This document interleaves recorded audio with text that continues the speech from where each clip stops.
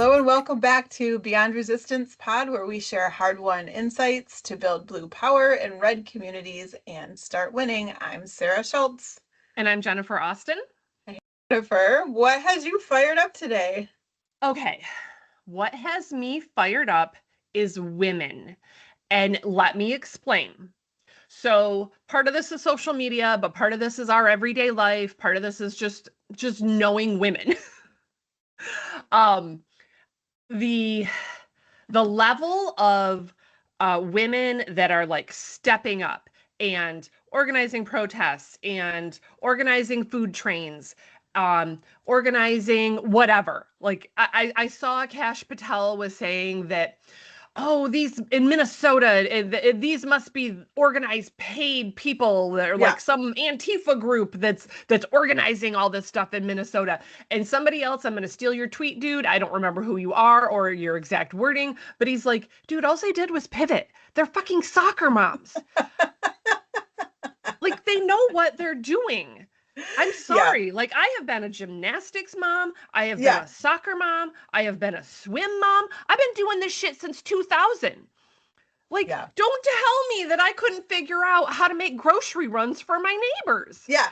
And like just everywhere, women are stepping up and like the rage of women gives me so much life and so much power. And I'm just saying this to everybody out there. You have so much power. I don't care if you are a CEO of a company or if you are a soccer mom that's been a stay-at-home mom your whole life. You know what to do. You can contribute to this resistance, to this movement, to everything that we're doing. In fact, you stay-at-home moms are probably better than the CEOs when it comes right down to organizing. So like so everywhere, the whole spectrum, y'all have skills. Lend them. We need them. I am so fired up about all of you. Yeah. I didn't see the tweet that you're talking about pivoting, but I was listening to something this morning and it was talking about how like organized things seem in Minneapolis, and we got a little flavor of that last week when Reverend Severson came to our rally and talked about his time on the front lines and just like the organization of it. But what they were talking about this morning was like it's not like that tweet. It's not that it's paid and it's like coming in, that there's like some kind of like secret group of people who are just know how to do this. It's literally because all of these like chat groups and Facebook groups and things have already existed and they're just being used. They're just being like amplified in a different way, and leveraged in a different way. It reminds me of back in 2020 in my campaign when COVID happened. So we had already like built up this campaign infrastructure with volunteers and Facebook groups and other ways to get the message out about the volunteer opportunities for the campaign from 2018 that we were ramping back up for 2020. And then COVID happened and we basically had a meeting. I remember having a meeting with the campaign team and we were like, oh my gosh, this is happening in the world. It was over Zoom because we couldn't be together. We're like, what do we do? And we just decided like, we have this infrastructure already set up. We can get a message out to a couple of hundred like really active people who are just waiting to do something. They're used to volunteering. Like, how do we leverage that to help in this situation? Forget about the campaign, forget about all of that stuff. And that's what we did. And the first thing that we did was basically establish like people who are willing to go to like the drugstore, and because we weren't set up yet. We didn't have like DoorDash yet. We didn't have like all of those delivery mechanisms that we have now. So one of the first things we did was we set up people who are willing to go like get prescriptions for people, pick them up, take them, do porch drops so that people who are in kind of more vulnerable situations did not have to go out into the world. And we would go grocery shopping. We would do, whatever it is that you needed. So and then we established a way. I remember a woman who her job was just basically the hub. She's like, I can't do the picking up and dropping off, but because I'm, vulnerable medically, but I got to help. Like, can I be the person that, takes the call and finds the person that does the work? And she did an amazing job at that. And then, pretty soon we realized that one of the big issues locally and in the country was the lack of PPE, like the Hmm. lack of those personal protection equipment for people in the hospital even. Yeah. And so, let alone teachers and other essential workers. And so we pivoted that whole group Hmm. to whoever was good at sewing or had a sewing machine to like sew masks. And if you didn't know how to sew, you could get fabric and cut it into the size of that masks that we needed for masks. And if you had, stacks of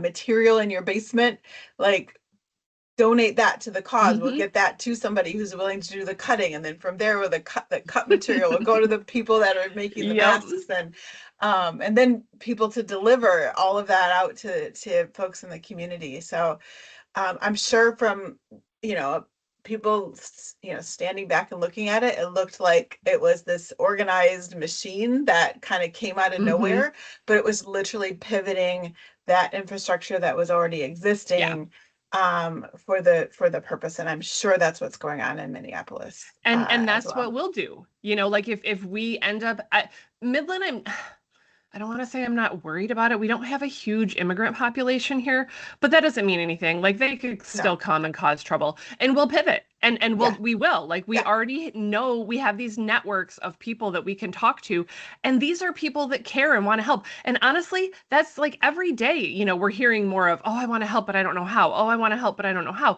We formed a mutual aid committee so people Yeah. can contribute in whatever way. But Yeah. yeah, that's just what we do, man. That's what we do. And by the way, for the record, nobody's fucking getting paid for any of this stuff. Exactly.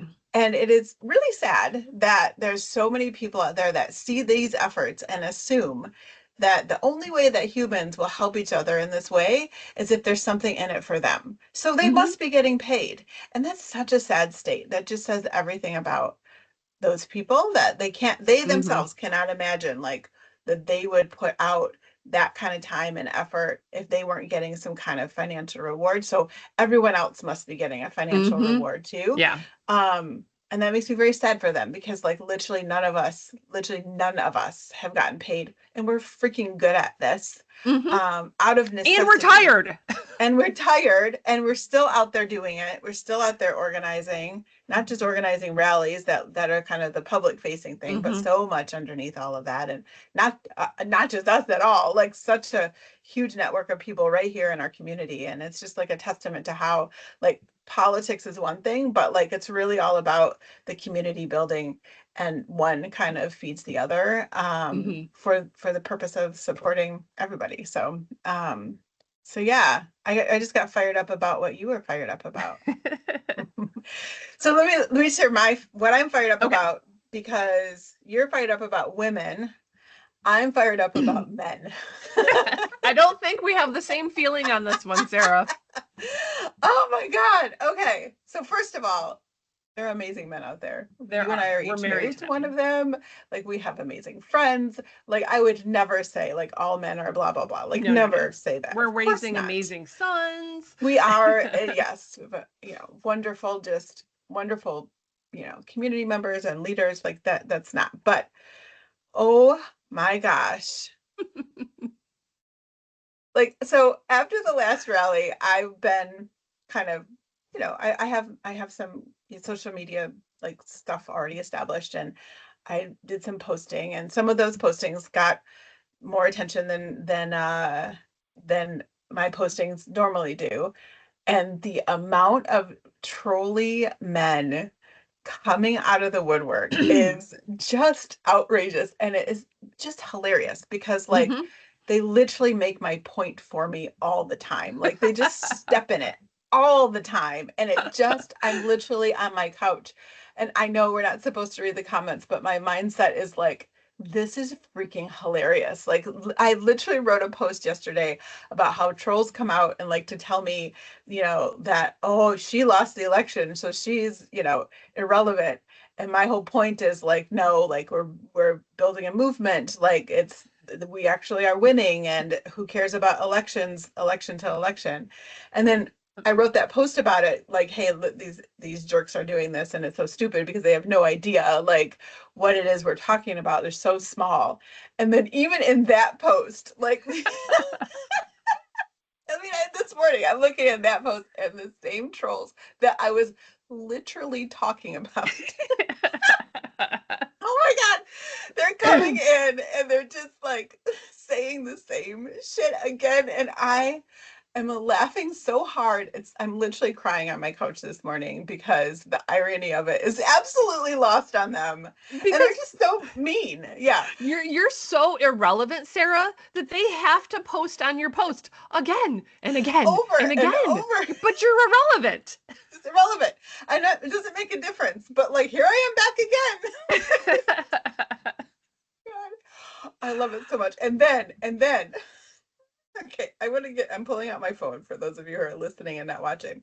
So right before we jumped on to record this, I looked at my public facing Facebook, and somebody had gone into my public facing feed, and they wrote under my profile picture. So that profile picture has literally been up for years. It's been the same freaking profile Mm-hmm. picture. So it's not even like this, it came up on his feed. So he had to Yes. like go in, like look for it. So he wrote a comment under it. And he said, this man, Chris Hoffman, if that's his real name, like I don't even care. Um, he said, "You are super ugly." So I'm just picturing this guy, like, I don't know, like in my mind, he's like in a basement with a like a wife beater shirt on or whatever you call the tank top thing. It's got like Uh-huh. a couple of like stains on it. Stains. He's sitting on like an Holes. old dirty couch. He's like mad about like the stuff that he has seen me write about. So he's gonna like dig into my profile picture and be like, "You are super ugly."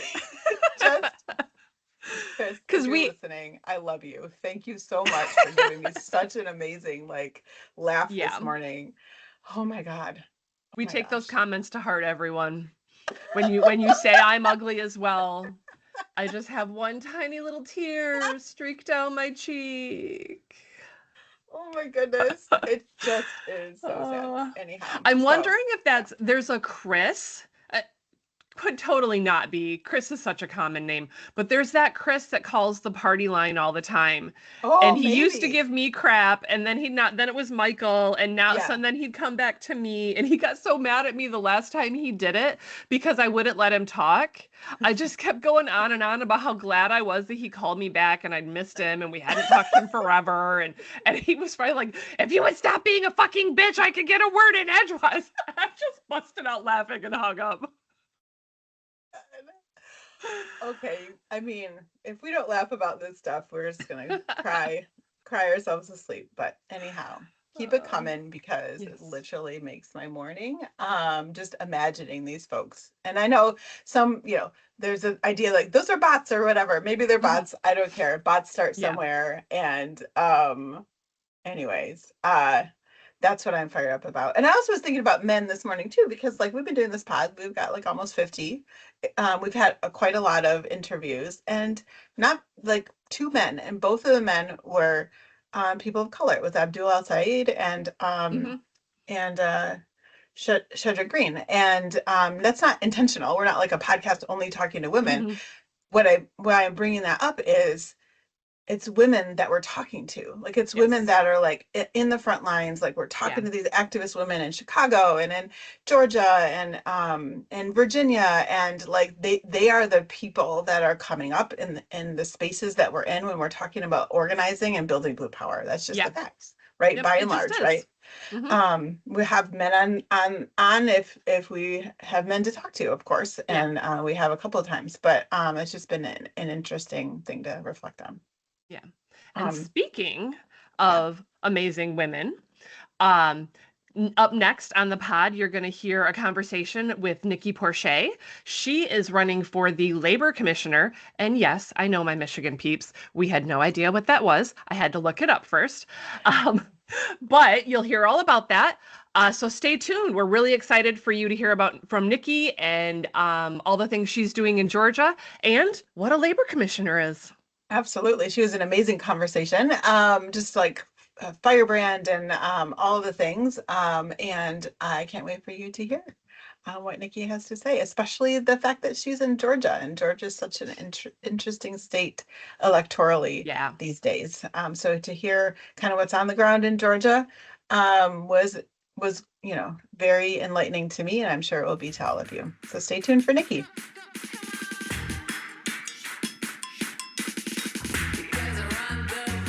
Today on the pod, we would like to welcome Nikki Porcher. She hails from Atlanta. She's a veteran of the U.S. Air Force who served in Iraq and Afghanistan. She's a former teacher in Georgia's public schools. She's an entrepreneur, a community advocate, a development worker. She's a podcaster at 159 Seconds with Nikki Porcher. And she's the leader of a national nonprofit that has helped over 700 small businesses with funding, training, and certification. And that is Buy from a Black Woman. She is a single mom, and she is a Democratic candidate for Georgia's Labor Commission. Welcome to the pod, Nikki. Welcome. Thank you so much for having me. I really appreciate it, Jennifer and Sarah.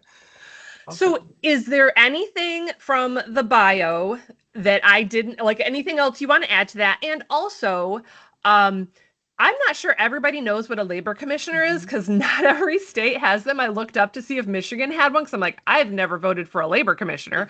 Ours are appointed and they're called something else. So if you could just tell us a little bit about what a labor commissioner in Georgia does, that would be great. Yes, so Georgia is one of four only states that actually elects their labor commissioner. All the other ones are appointed by the governor. So when I'm telling people I'm running for labor commissioner, I'm always met with that like, oh, what does the labor commissioner do? And when there are people in Georgia are asking me, I'm like, well, you vote for your labor commissioner. But essentially, the labor commissioner is over the Department of Labor.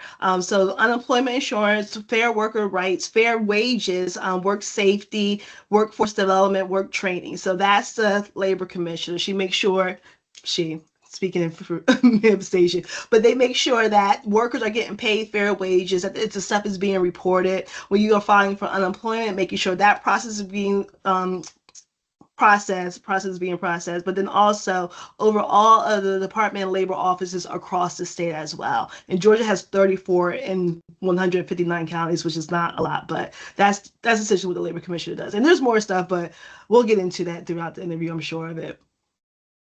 Awesome. And I just want to point out to our listeners, Nikki has taken, I love creativity. I love that there's 159 counties in Georgia.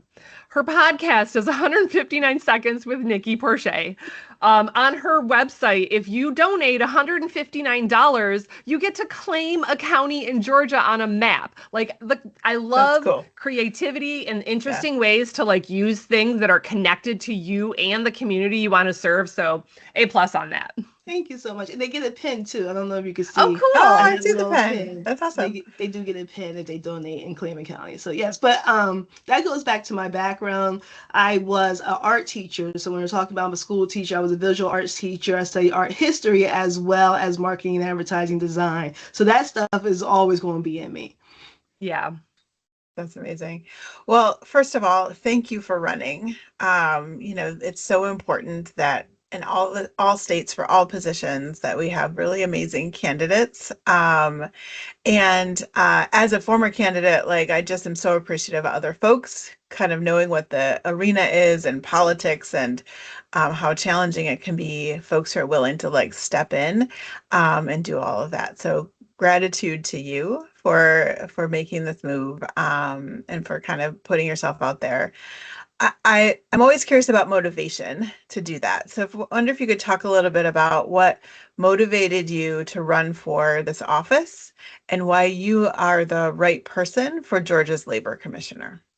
So plus years ago, I served active duty with the United States Air Force. When I got off active duty, I was told that it should be very easy for you to find a job because you was in the military. However, there were no services where my military experience automatically transfer over into the civilian workforce. I contacted the Department of Labor. They were no help at all trying to find a job. At this time, I did not have an actual bachelor's degree. I had an associate degrees and some certifications, but I didn't have a bachelor's degree. So it was just kind of very frustrating because it's like I was told that you were a military vet. I've been to 2 different wars. I should be able to find a job. However, nobody was hiring me because they said I had no experience. So then I went to college, got my degree, came back, got a job.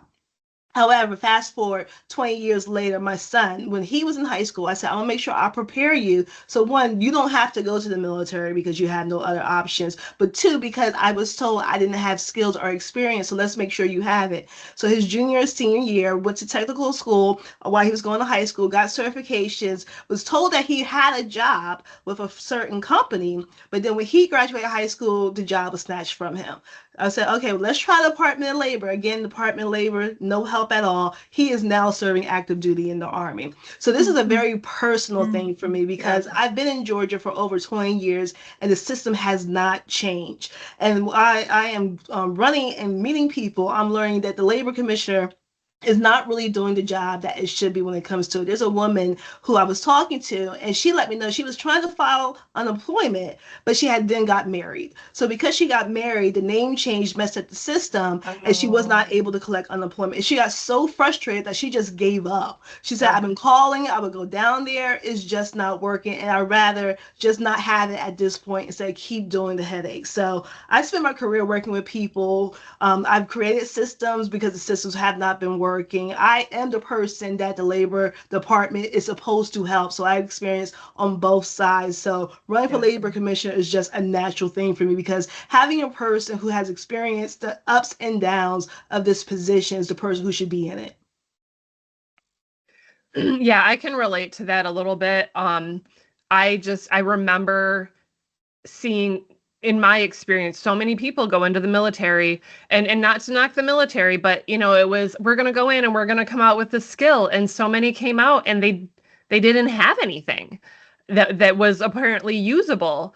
And so that I have 4 sons. And my daughter too, like we've talked about it. She's talked about the military, but moved on from that. But yeah, the conversation was always, well, I don't mind. Like, it's not that I don't want you to join the military. It's that you're going to go to college first and then military, because I want you to be able to have something when you get out of that. So I can definitely relate to that. So one of we were talking about the marketing and the ideas and whatnot. Your slogan is a Georgia where work works for everyone. Can you tell us a little bit about what that means to you and how you would make that a reality in Georgia? Yeah, so when you talk to the people of Georgia, they're like, I'm doing everything right, but my paycheck still is not working. I'm still not able to find accessible childcare. The skills I got are not getting me a job like it said it was, or I'm getting a job and it's just not paying enough. So to keep Georgia working, we have to make sure the working people of Georgia are working. Work should work for everyone. It should not be because you have a disability, because you are a returning citizen, because you don't have the right degree, because you don't live in the right area. If we want Georgia to keep working, we have to make sure the people of Georgia are working. Yeah, that makes a lot of sense. Yep, it's just pure and simple. That's what you need. Yeah, absolutely. And just thinking about the work of the labor commissioner to kind of like achieve that level of like fairness and like procedural justice and like all of that stuff is so critical. Um, the labor commissioner position, correct me if I'm wrong, but it's a statewide position. So you're running statewide. Okay. So Georgia, super interesting from a political perspective, right? Like it tends to run pretty red, like, or we think of it that way, but also has elected 2 senators, right? Statewide senators, John Ossoff and Reverend Warnock. So given this sort of very interesting sort of playing field politically in Georgia, what are your plans to connect with voters and support build support and across this very diverse state. And are there lessons that maybe you can take from Ossoff and Warnock's campaigns? So one of the things that has been happening in Georgia since last summer is there has been a lot of red seats that have been flipping blue. Over the summer, we had our public service commissioner race, and we had two Democrats who were running for the race. It has always been Republican fields, 5 positions. So two Democrats were running in this special election, and the Democrats were able to just convey the message, are your power bills too high? Elect these people to fix it, because what's been going on is because these people have been in the seat is why your bill is too high. And that sparked an interest that got people thinking, that also got people looking at what's happening in Georgia. So a lot of our red counties that voted for Trump are turning, and it's so exciting to watch. Like it's so exciting to watch, right? Just recently I've been canvassing with Lamario Brown in Senate 18, and he is in a special election. So John, if I'm name dropping too much, please just stop me. No, go for it. It's like, John Kennedy was the senator for District 18. He's now running for lieutenant governor. So there was another special election. We're always voting in Georgia. That's the running joke. If you need something to do, go vote in Georgia, because there's always an election. But so it was, I think, 4 or 5 Republicans and then just 1 Democrat in this red county that has not been blue in the last 20 years. This one Democrat won 37% of the vote. 37% of the vote between all the Republicans. So we have another opportunity to flip that seat. There's another county, I can't remember, Eric Lesser, he flipped that seat. So what's going on in Georgia is, I think the people who thought this was going to happen, the people who got false promises, are realizing, like, okay, they're not talking about me. Like, the working people of Georgia who got on this bandwagon, they're not reaching to me. The rural people of Georgia, this wasn't for me, because my bills are going up. I'm still not able to find a job. I still don't have transportation. There still are counties without hospitals or even daycares. And they're realizing, like, we were sold a lie. So that is the exciting part about running right now in Georgia, because people are just like, oh, we have a chance to flip this. And then also the Republicans are like, oh my gosh, they keep flipping seats. What are we going to do? Yeah. So it's one of those things where people are paying attention. My intention is to make sure that every county in Georgia knows that they count. There's 159 counties. I'm running statewide, and I don't see myself going to all 159 counties. I'm just not built for that. However, I don't want them to think that they don't matter to me, that they don't matter to the labor commissioner, that they don't have a place in the Department of Labor. So with my campaign, Every County Counts, that's my way of reaching out to counties that are not always paid attention to, that may think that they're alone, and let them know there is an advocate for that. So that's what I say. If you claim a county, you don't have to live in Georgia to claim a county. You might know of a county because you saw it on a movie. We had someone claim the county, but because of the movie Netflix His and Hers, so somebody was like, oh, I'm gonna claim this county. Somebody claimed this county, I'm gonna claim this county. Right? Awesome. So it's just like, but you're putting that county on the map. And then we do send an email to that mayor, to the commissioner in that county, to the committee of that county, and let them know, like, hey, somebody claimed this county, somebody's paying attention to your county, so that they can get more involved with it. So that's my plan. Every county counts, making sure all 159 counties know that they count in this race, and that they are a part of my race. They're part of my long-term plan. And even with my previous experience, my previous experience with that is because with my organization, Buy From a Black Woman, I was able to have a demographic that does not get seen, heard, or supported so much, realize that they are valuable. So I've done the model before, and I'm able to do it again with the people of Georgia. I love that. Awesome. That's great. I love to hear you from a ground level perspective, kind of share what it feels like in Georgia. You know, we see it from Michigan, like just following just the numbers and the elections, and excited for what is going on in Georgia as a model potentially for other states. But we can imagine how it feels, right, to be in those seats and in those counties. Yeah, and like, you know, Ossoff and Warnock, they've won, and not just once, multiple times. So we know it can be done.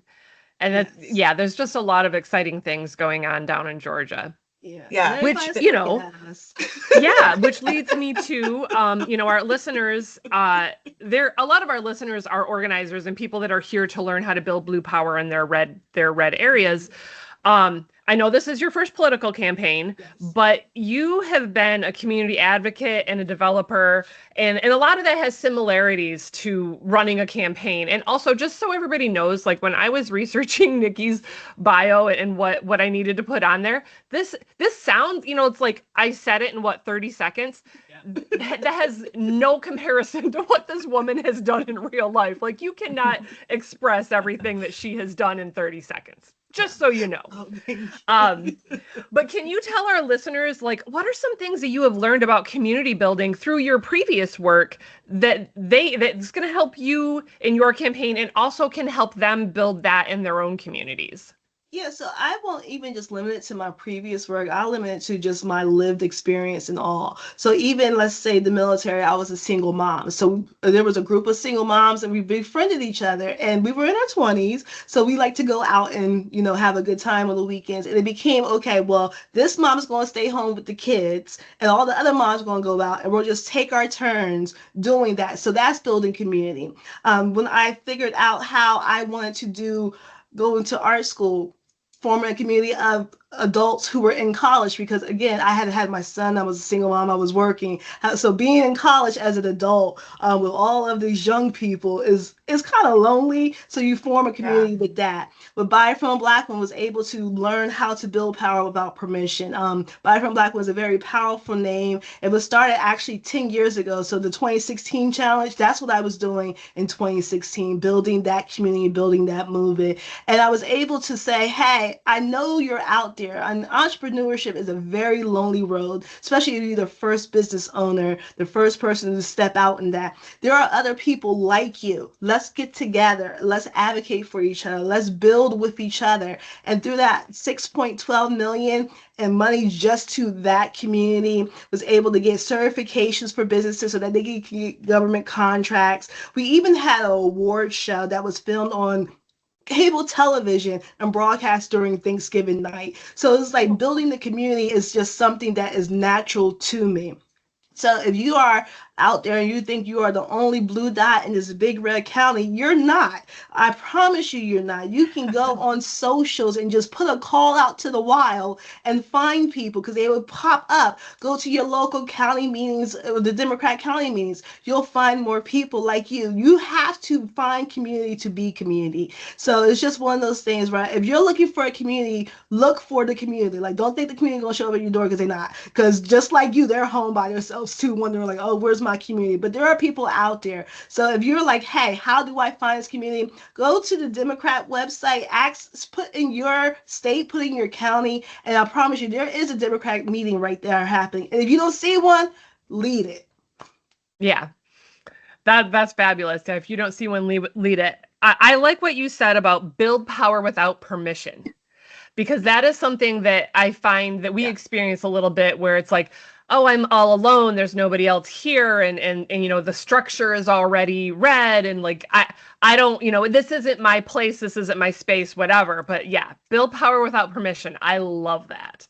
Oh, thank you. It was one of those things like we didn't ask with Buy From a Black Woman. I got a lot of backlash when I started, but it wasn't even about I need you to believe in me. It's about I'm going to show you the results from this, and then you'll jump on it. And that's what campaigning is like too, as well. I'm a new candidate. This is my first time running. My opponents, a lot of them have ran before and lost, so like they're 2, 3, 4-time losers. So I don't know why they're here, but however, but it's one of those things where, okay, because I'm the new kid, I have to show you my results. And like you said, like, this is not new work for me. I haven't just woke up one day and said, I'm gonna be a politician and run for labor commission. This came from last year, really digging into Project 2025, reading and seeing what was going on. I was even teaching Project 2025 classes on TikTok. This is how much I wanted this information to get out.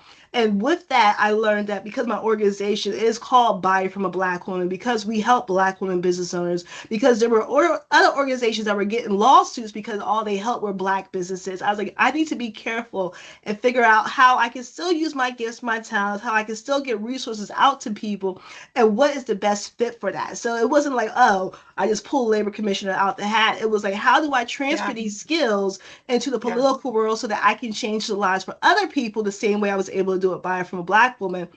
That's how labor commissioner came up. And that was even something else because shout out to Senator Ossoff. He's working on a bill where we can get the VA to transfer the skills of the military people. So even though, it's not happening, I'm doing it on my own already. He's trying to get a bill. So it's one of those things where it's just a synergy, because it's like, I did this to figure this out. And then to find out that you're working on something to figure that out, this is where I'm supposed to be, because I'm supposed to be the one to help you get that. I'm a veteran. I'm a school teacher. I'm a business owner. I'm a founder. I'm a mother. I bought my house off an idea I had in my head that people told me it wasn't going to work. I can and will be the next labor commissioner for Georgia. Yeah. Well, I sure hope so, because you've convinced me. I can't vote. I'm not from Georgia, but you've convinced me. Thank you. Absolutely. And I love the way you talk about community, and you mentioned the blue dots, right? Which we get messages from people who say, I'm the blue dot. I'm the only one. I'm the only one in my whole state. I'm the only one in my whole county or community all over the country. But what you're saying about like finding your people, like this work happens in community. And if you think you're a blue dot, you're for sure not. And you would be surprised at the fact that your very next door neighbor also thinks that they're the only blue dot in the whole community. And this work, this momentum, this movement, whatever you call it, like dies in the space of loneliness. And we have to find each other, because everything works if you work it in community with other folks. So I love that that's such a way that your campaign is grounding itself. It's really amazing. It's just we know this administration is doing everything they told us it was doing. There's really not a lot of surprises. Right. Like, this is an open book test, and we are not passing at all right now. So, but one of the things that we have to remember, they were able to do that because they found each other. They found community. They found people who were like-minded, like them, and wanted the same things and the same results. So they got together and worked together to do the things. They're not doing it alone. It's not just one person. So for us to have the mindset that I have to do this alone, for us to have the mindset that I'm the only person thinking like this, you have to use them as an example of what is possible. Like, even though it's terrible what they're doing, but they're doing it, and they're doing it together. So even things that you never thought would actually happen, they're doing it. So we need to take that mindset. We need to take that work, that ethics with them. Like, hey, they're doing this and it makes no sense, but nobody is stopping them. If we get together and do things that don't make any sense, nobody can stop us either. And that's what we're seeing in Georgia, where people are flipping seats blue. And even in our highly red counties, people are voting blue. People are sick of it because these people are idiots. Like, it makes no sense. I work for a dementia company. I can spot dementia when I see it, but I digress. This is not a medical professional. This is not medical advice. But it's just one of those things where we have to actually look and examine what's happening and use that as a playbook to do the work that we want to get done. Yeah. I love that. Yeah. Yeah. I mean, say what you want about the kind of movement on the other side. They've been successful. Like, what can we learn from that? Yeah. Well, I find it interesting that it's been a long-term, like, Republicans have had this long-term plan of the courts and local government and like moving their way up and like really developing that control over basically rural areas, but developing their base. And then Trump comes along and he just like, I'm not saying it wasn't there to begin with, it was, but he flared up this whole MAGA movement. And I think it just so took over the so-called conservative Republican that just, wanted the basic things that they were talking about. And I don't think they fully saw what was going to hit them. And now it's just, that's the entire Republican Party. There is no Republican Party anymore. It's MAGA. Trump used community building. Yeah. Like, that's all he did. He said, Yeah. I see you. I know your pain points. I'm the person who can help you through that. I'm the person who can relate to you. I, too, am a white man who feels like I'm not getting my share. You know, it doesn't matter that I'm a multimillionaire and I'm a crooked and I'm this or that. It's like, this is what relates to you. This is what makes you feel comfortable. This is the same thing that, you know, when you see sororities, fraternities, when you see gangs, when you see any type of club, That's right. People are looking for people who are like them. And for us to say that we don't like this as a country, as a community, and not figure out how we can do this, is just one of those things where this is why I'm running, right? For the last 20 years, a Republican has sat in this seat. So it's no surprise that when I tell people I'm running for labor commissioner, they look at me with deers in headlights because they're like, well, what? We vote for that? I'm like, every time you vote for your governor, you're voting for your labor commissioner.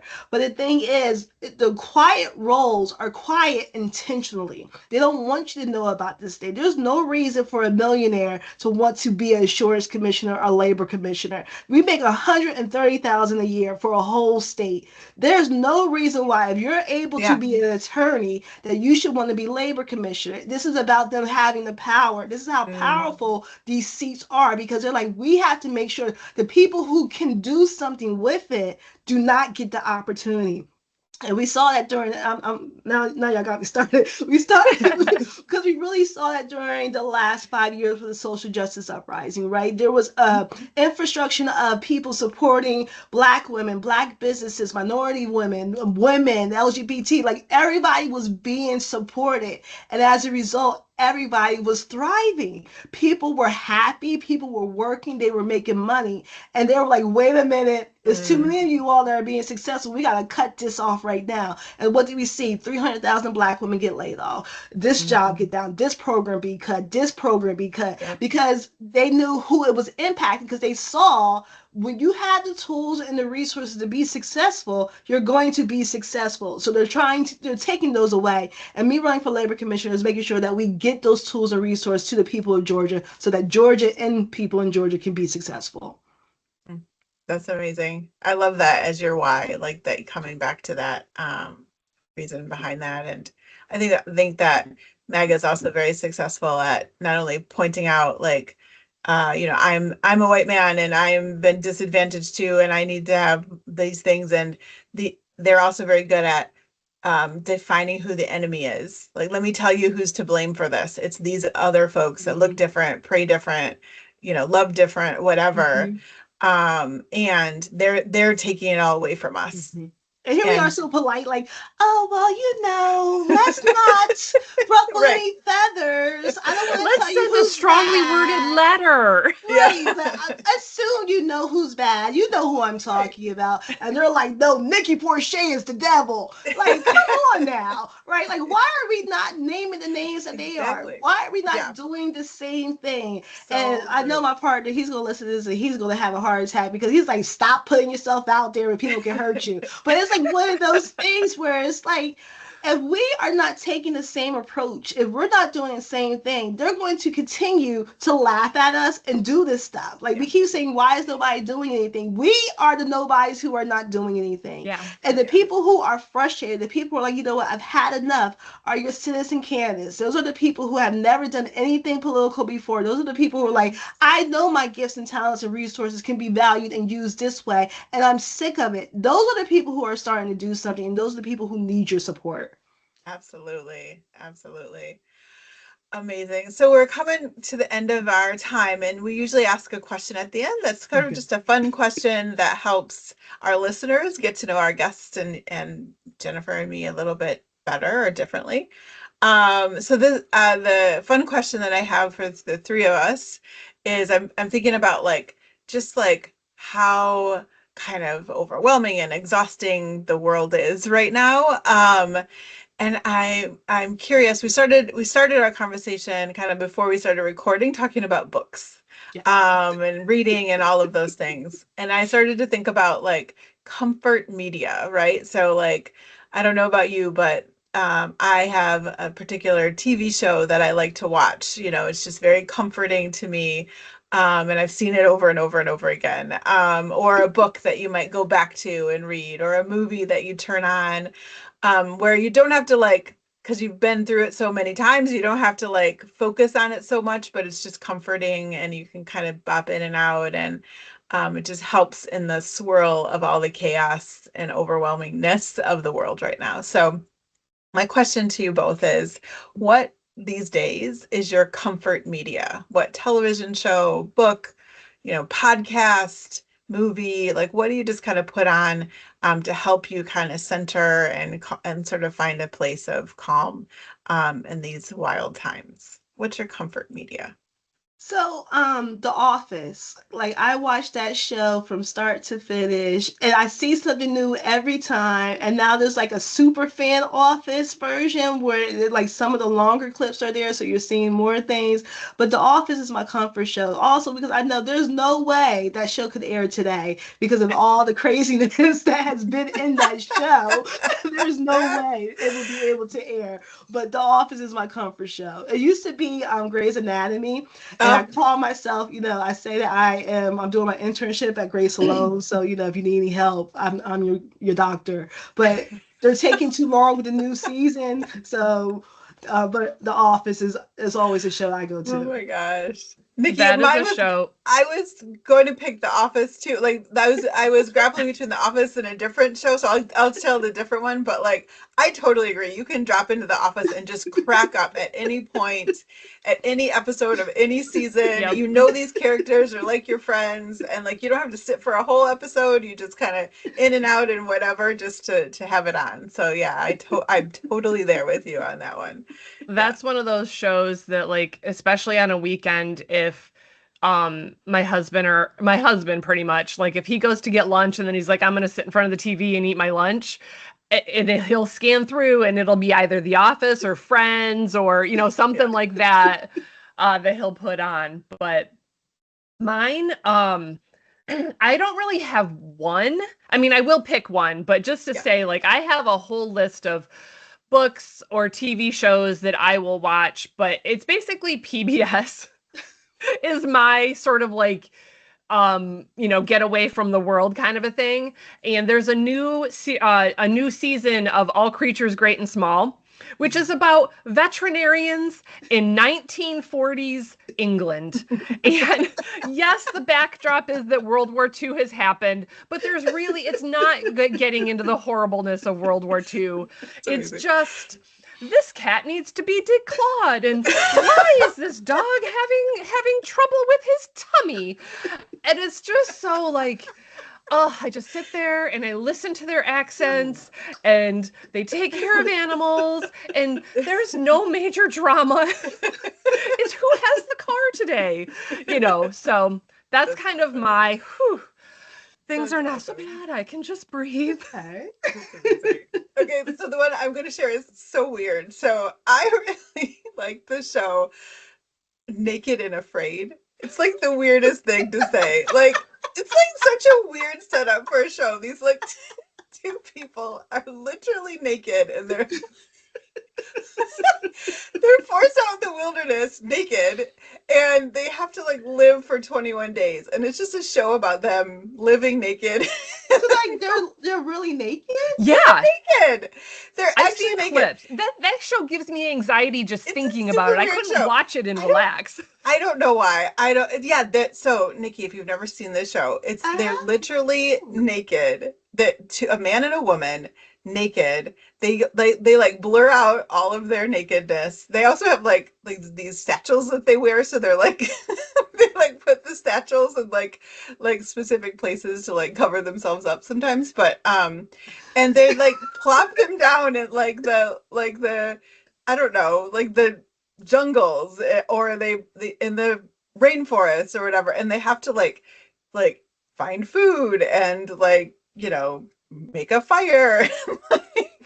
It's just ridiculous. It's like the whole idea is ridiculous, and I do not know why this show is just like, I think it's because it's just like so out there. It's just like so much like, these two people are just in this like bubble of this weird like space, and they're not connected to anything else in the world, and it's just like so and it's different. just a man I and a don't know. woman. It's always a man and a woman.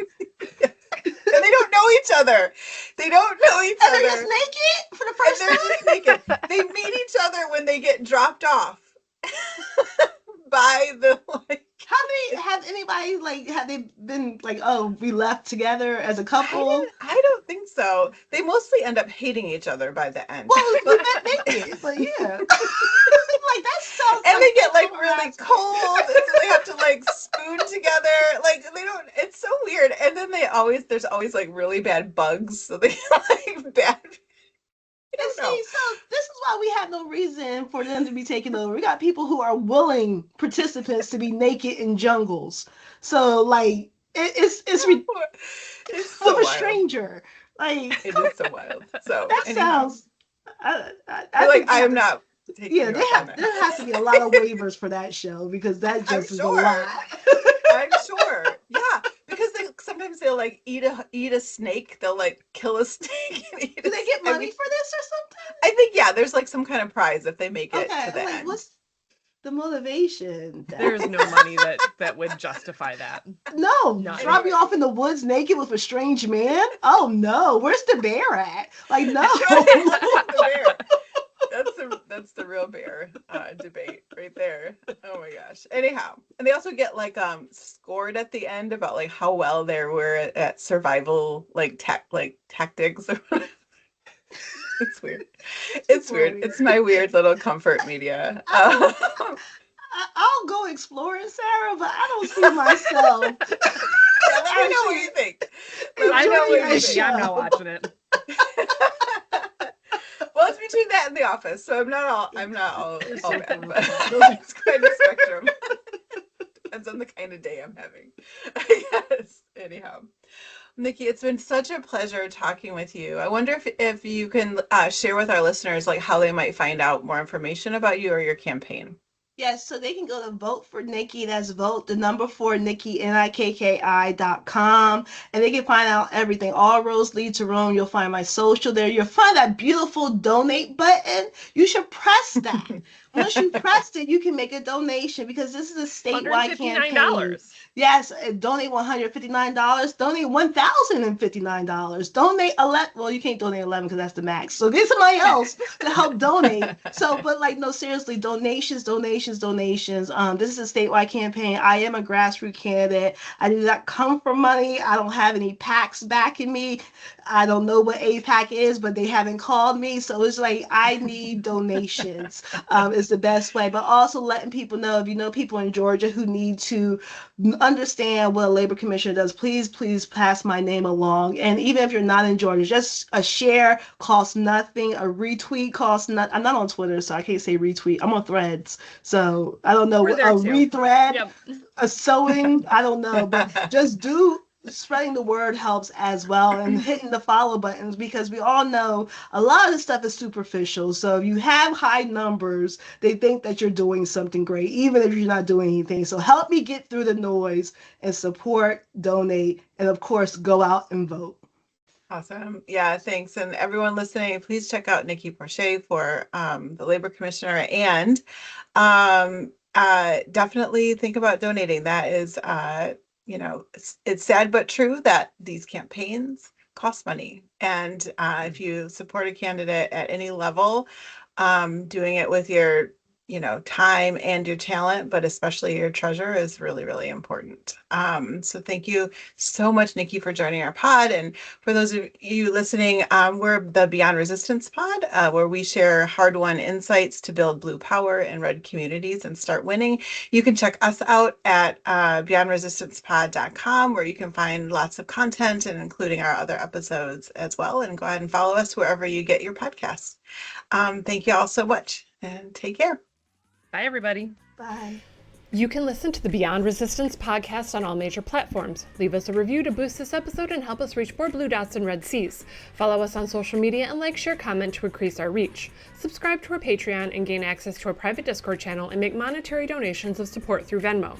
You can find all of this and more at beyondresistancepod.com. Beyond Resistance is a Beyond Resistance LLC production. Producers Jennifer Austin and Sarah Schultz. Editing Jennifer Austin. Theme song We Run the Room by Shadow Kitten.